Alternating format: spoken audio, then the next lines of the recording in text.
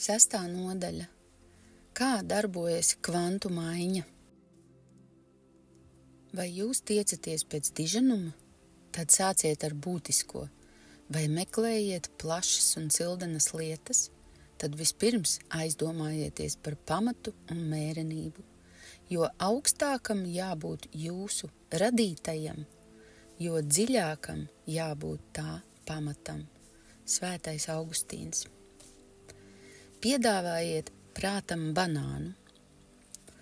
Lielākajai daļai cilvēku prāti lielāko daļu laika darbojas autopilota režīmā. Tas ir domāšanas process notiek, bet domātājs lielākoties neapzinās, kas notiek. Cilvēku domas laiski līkumo pa garīgo putru, kas aizpilda lielāko daļu katras dienas nomodas stundas. Izņemot neregulārus brīžus, kad tas ir nepieciešams, piemēram, kad jānospiež bremžu pedālus, ieraugot priekšā sarkano gaismu vai saņemot vēstuli no valsts ieņēmuma dienesta, vidusmēra cilvēks nepievērš uzmanību savām domām. Tas ir tāpat kā ieslēgt radio un aizmirst par to. Lielāko dienas daļu radio uztver kā fona troksni, un tikai tad, kad sāk skanēt pazīstama dziesma, apziņa pamostas, lai noklausītos dažus pantus un pēc tam atkal iekrīt ikdienas izklaidīgajā apziņā. Tā nav apzināta domāšana. Es runāju par parasto apziņu. Tā ir vāja, nedisciplinēta un destruktīva. Parastā apziņa ir domāšanas pazīme, kas nav atvērta eifo sajūtas apskāvienam. Kvantu maiņa ir process, kas savieno parasto apziņu ar eifo sajūtu. Kvantu maiņa pamodina nepaklausīgo prātu sakārtotas apziņas priekam. Tas novērš jūsu apziņu no parastās apziņas haotiskajiem virpuļiem uz tīras apziņas skaisto sakārtotību ārpus jūsu prāta. Tīrā apziņā nav domu. Tīra apziņa nav tīra enerģija, tā ir ārpus enerģijas. Tīra apziņa nav ideāla kārtība, tā atrodas ārpus kārtības. Tātad jūs redzat, ka tīra apziņa nav nekas, un ja jūs visu dienu atrastos tīras apziņas stāvoklī, jūs burtiski neko nedarītu.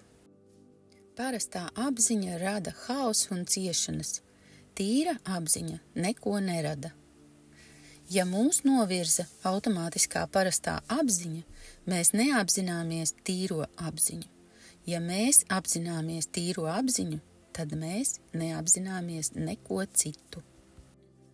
Tad ko mums darīt? Neviens stāvoklis atsevišķi nesniedz mums prieku būt pilnībā cilvēkiem.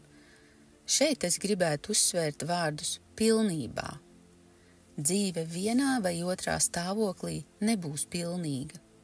Risinājums ir apvienot parasto aktīvo apziņu ar neierobežotu tīru apziņu. Kad kvantu maiņa vilina jūsu prātu doties tālāk tīrā apziņā, tas neprasa jums tur palikt. Tas arī nedod jums atļauju atgriezties pie destruktīvām domāšanas tendencēm, karājoties bez stūres vai burām. Kvantu maiņa ir ļoti gudrs. Tas piedāvā jūsu prātam to, ko tas visu laiku ir meklējis – eifo sajūtu. Eifo sajūta noenkuros jūsu prātu uz neierobežotas tīras apziņas, vienlaikus ļaujot jums aktīvi domāt, just un radīt skaistu harmoniju tās bezgalīgajās izpausmēs. Lai to izdarītu, jums nav jātrenē savas smadzenes. Patiesībā, ja jūs kādreiz esat mēģinājis apmācīt savas smadzenes kaut ko darīt, nemaz nerunājot par to, lai tās neko nedarītu, jūs zināt, cik daudz pūļu un enerģijas jums tajā jāiegulda. Eifo sajūtas apzināšanās ir kaut kas tāds, ko prāts patiešām vēlas darīt un dara to labprātīgi, tiklīdz tam tiek dot iespēja. Tāpat kā pērtiķim piedāvā banānu, tāpat kvantu maiņa piedāvā prātam kaut ko garšīgu un attīrītu. Šis joks bija domāts, lai pamodinātu tos no jums, kuri iespējams ir atgriezušies parastajā apziņā. Nevaldāmam prātam eifo sajūta ir kā banāns. Parasta apziņa viegli un bez piepūles iegrimst visaptverošā eifosajūtas saldajā drošībā. Šo paplašinātās apziņas stāvokli, kad jūsu prāts piedzīvo eifosajūtu, sauc par kvantu maiņas apziņu. Kad esat pilnībā aizņemts ar kvantu maiņas apziņu, jūsu prāts nevar klejot, kļūt satraukts, izklaidīgs, atriebības iekāris vai garīgu strīdu pārņemts. Kad jūsu prāts ir pārņemts skaistumā, mīlestībā vai priekā, tas viegli piedzīvo kvalitātes kontrolas apzināšanos. Padomājiet par gadījumiem, kad jutāt lielu prieku vai mīlestību, vai šajos brīžos bijāt noraizējies, dusmīgs vai apjucis? Nekādā gadījumā. Kad eifosajūta atspoguļojas jūsu prātā, jūs nevarat strīdēties. Šajos brīžos jūs stingri stāvat uz tādas platformas, ko sauc par būt pilnībā par cilvēku. Atrodoties kvantu maiņas apziņas stāvoklī, jūs esat spējīgs tikai uz labiem darbiem. Jūs esat iekļuvuši zemē, kurā dzīvo lielākie gudrie mākslinieki, skolotāji, humanitārie un dziednieki pasaulē.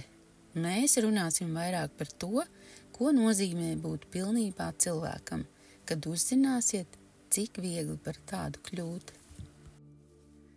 Mēs jau esam pietiekami daudz runājuši par eifosajūtu, un tagad es vēlētos pāriet pie patiesās eifosajūtas pieredzes.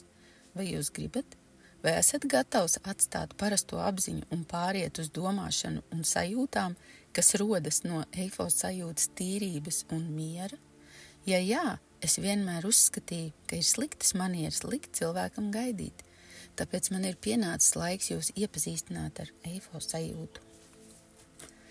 6. nodaļas galvenie punkti. Parastā apziņa ir domāšanas pazīme, kas ir slēgta eifosajūtai.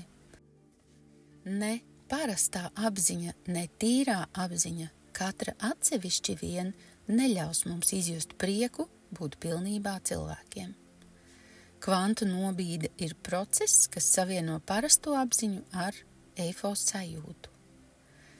Eifosajūtas apzināšanās ir kaut kas tāds, ko prāts patiešām vēlas darīt un dara to ar prieku, tik līdz tam tiek dot iespēja. Kvantu maiņas apzināšanās ir stāvoklis, kurā jūs apzināties eifosajūtu, veicot ikdienas darbības. Atrodoties kvantu maiņas apziņas stāvoklī, jūs esat spējīgs tikai uz labiem darbiem. Ieejot kvantu maiņas apziņas stāvoklī, jūs nokļūstat zemē, kurā dzīvo daži no pasaules izcilākajiem gudrajiem, māksliniekiem, skolotājiem, humanitāriem speciālistiem un dziedniekiem.